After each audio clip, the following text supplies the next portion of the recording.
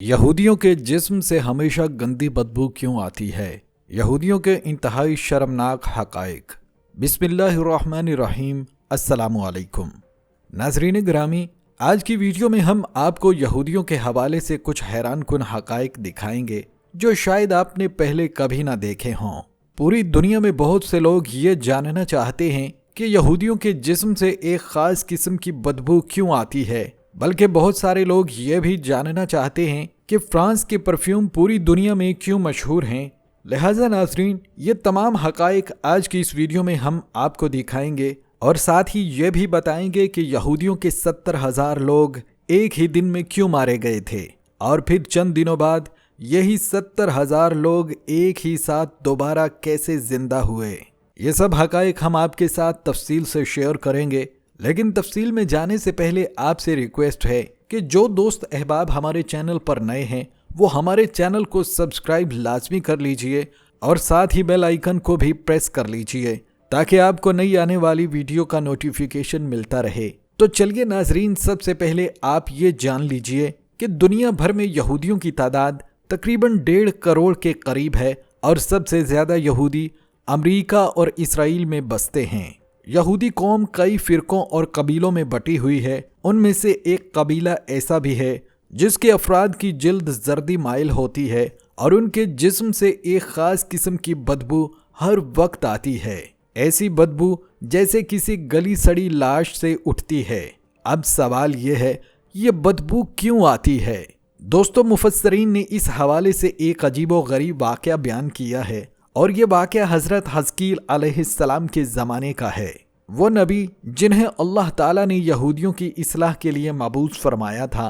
कहा जाता है कि उस ज़माने में ताऊन की एक महलिक वबा फैल चुकी थी। मौत हर वक्त नाच रही थी। हर दिन हर घर से जनाजे उठने लगे। उस खौफनाक मंजर से घबरा कर यहूदियों की एक बड़ी जमात, जिनकी तादाद तकरीबन 70,000 बताई जाती है, अपने शहर को छोड़कर एक वीरान जंगल की तरफ भाग गए।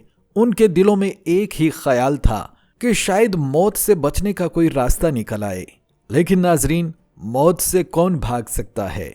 अल्लाह ताला को अपनी उस मखलूक की यह हरकत सख्त नापसंद आई। लिहाजा अल्लाह ने एक अजाब के फरिश्ते को हुक्म दिया और उसने एक पहाड़ की आड़ में खड़े होकर एक चीख मारी, एक ऐसी चीख जिसकी गूंज ने पूरे जंगल को हिला कर रख दिया।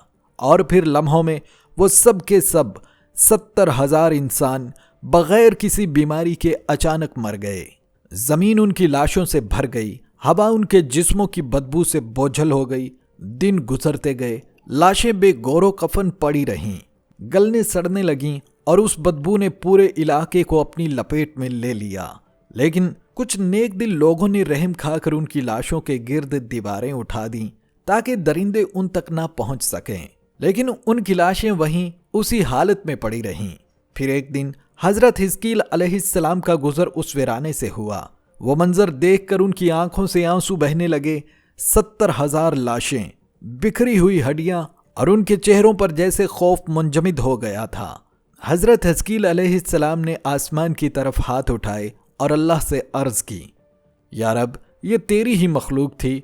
ये लोग तेरी हम्दो सना करते थे, तेरी तौहीद बयान करते थे। उन्होंने खता की, लेकिन उन्हें अपनी रहमत से महरूम न फरमा। ए परवरदिगार, उन पर रहम कर दे। अब नाजरीन, अल्लाह की रहमत जोश में आई और हजरत हिजकील अलैहिस्सलाम पर वही नाजल हुई। ए हिजकील, इन बिखरी हुई हड्डियों से कह दो, अल्लाह तुम्हें हुक्म देता है कि इकट्ठी हो जाओ। हुक्म सुनते ही जमीन हिलने लगी और वो हड्डियां खुद ब खुद अपनी जगहों पर जमा होने लगीं। हर इंसान की हड्डियां दूसरे से जा मिली और थोड़ी ही देर में पूरे 70,000 ढांचे बन गए। फिर दोबारा वही हुई। ए हिजकील, इन हड्डियों से कह दो, अल्लाह तुम्हें गोश्त और पोस्त अता फरमाता है। और नाजरीन, यह मंजर नाकाबिले यकीन था। अचानक वो ढांचे गोश्त पोस्त से भरने लगे। जिंदगी के आसार जाहिर होने लगे और तीसरी बार अल्लाह ने फरमाया, ए हिजकील, इनसे कहो, उठो, खुदा के हुक्म से जिंदा हो जाओ।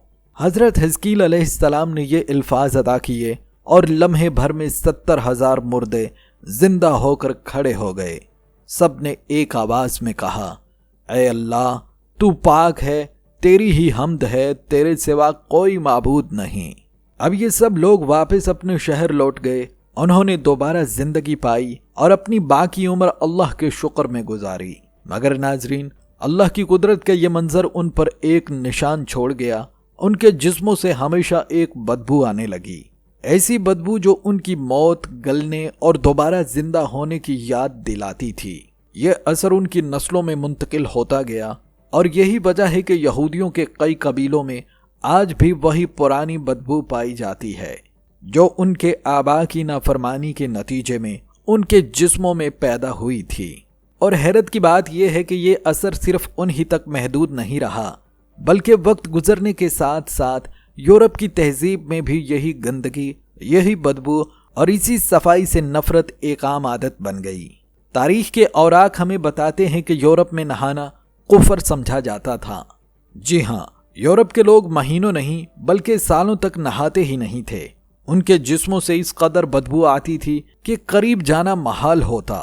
روس کے بادشاہ قیصر کے نمائندے نے جب فرانس کے بادشاہ لوئس 14 سے ملاقات کی تو واپسی پر لکھا، فرانس کے بادشاہ کی بدبو کسی بھی درندے کی بدبو سے زیادہ متعفن ہے۔ یہی نہیں، اس بادشاہ کی ایک لونڈی تھی جس کا نام مونٹیا سبام تھا۔ وہ صرف اس لیے اپنے جسم پر تیز خوشبو ڈالتی تھی تاکہ بادشاہ کے قریب جا سکے اور اس کی بدبو برداشت کر سکے۔ دوسری طرف یہودی خود بھی صفائی سے کوسوں دور تھے۔ مشہور عرب سیاح ابن فضلان لکھتے ہیں، میں نے روس کے بادشاہ کو دیکھا، وہ پیشاب کے لیے مہمانوں کے سامنے ہی کھڑا ہو کر محل کی دیوار پر پیشاب کرتا تھا، نہ استنجا کرتا نہ ہاتھ دھوتا۔ ایسی گندی قوم میں نے اپنی زندگی میں کبھی نہیں دیکھی۔ ناظرین، یہ قصے عام عوام کے نہیں بلکہ یورپ کے بادشاہوں اور حکمرانوں کے ہیں جو تاریخ کے صفحات میں آج بھی موجود ہیں۔ جب ہمارے سائنسدان نظام شمسی پر تحقیق کر رہے تھے، جب مسلمان سیاہ دنیا کے نقشے بنا رہے تھے، تب یورپ کے بادشاہ نہانے کو گناہ سمجھ کر اپنے لوگوں کو مار رہے تھے۔ اسی لیے جب لندن اور پیرس کی آبادی صرف 3 یا 4 ہزار کے قریب تھی، تب اسلامی شہروں کی آبادی 10 لاکھ سے تجاوز کر چکی تھی، جہاں گلیاں صاف، بازار خوشبودار اور حمام ہر چند قدم پر موجود تھے۔ یہی وجہ ہے کہ آج بھی فرانس کے پرفیومز پوری دنیا میں مشہور ہیں، کیونکہ اس وقت کی بدبو اتنی شدید تھی کہ بغیر خوشبو لگائے پیرس میں چلنا ممکن ہی نہیں تھا۔ یہاں تک کہ ریڈ انڈینز جب یورپیوں کے خلاف جنگ لڑتے تو اپنے نتنوں میں گلاب کے پھول ٹھونس لیتے تھے، کیونکہ ان کا کہنا تھا کہ یورپیوں کی بدبو ان کی تلوار سے زیادہ خطرناک ہے۔ دوستو، فرانسیسی مورخ دیبار خود لکھتا ہے، ہم یورپ والے مسلمانوں کے مقروض ہیں، انہوں نے ہی ہمیں صفائی، لباس اور جینے کا سلیقہ سکھایا۔ جب ہم ننگے اور بدبودار پھرتے تھے، تب مسلمان اپنے لباسوں کو یاقوت، زمرد اور مرجان سے سجاتے تھے۔ جب کلیسا نہانے کو کفر قرار دے رہا تھا، تب صرف قرطبہ شہر میں 300 عوامی حمام موجود تھے۔ تو دوستو، یہ تھے وہ تاریخی حقائق جو ہمیں یہ یاد دلاتے ہیں کہ صفائی، تہذیب، علم اور اخلاق، یہ سب کچھ اسلامی تہذیب نے دنیا کو سکھایا۔ وہی مسلمان جنہیں آج پسماندہ کہا جاتا ہے، کبھی ان کی بدولت دنیا میں روشنی، خوشبو اور علم عام تھا۔ جب یورپ کی گلیوں میں بدبو پھیلی ہوئی تھی، تب مسلمانوں کے شہر خوشبوؤں سے مہک رہے تھے۔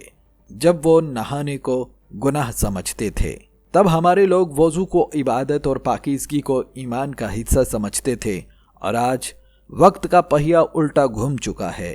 وہی قومیں جو کبھی صفائی سے نفرت کرتی تھیں، آج ہمیں تہذیب سکھانے کے دعوے کرتی ہیں۔ وہی قومیں جو گندگی میں ڈوبی ہوئی تھیں، آج خود کو دنیا کا رہنما سمجھتی ہیں۔ لیکن تاریخ جھوٹ نہیں بولتی۔ تاریخ آج بھی گواہی دیتی ہے کہ صفائی، علم، اخلاق اور انسانیت کا سبق سب سے پہلے اسلام نے دیا تھا۔ دوستو، اگر آپ چاہتے ہیں کہ ہم اگلی ویڈیو میں مسلمانوں کی وہ حیرت انگیز ایجادات اور کارنامے دکھائیں جن سے یورپ نے اپنی ترقی کی بنیاد رکھی، تو نیچے کومنٹس میں ضرور بتائیے گا۔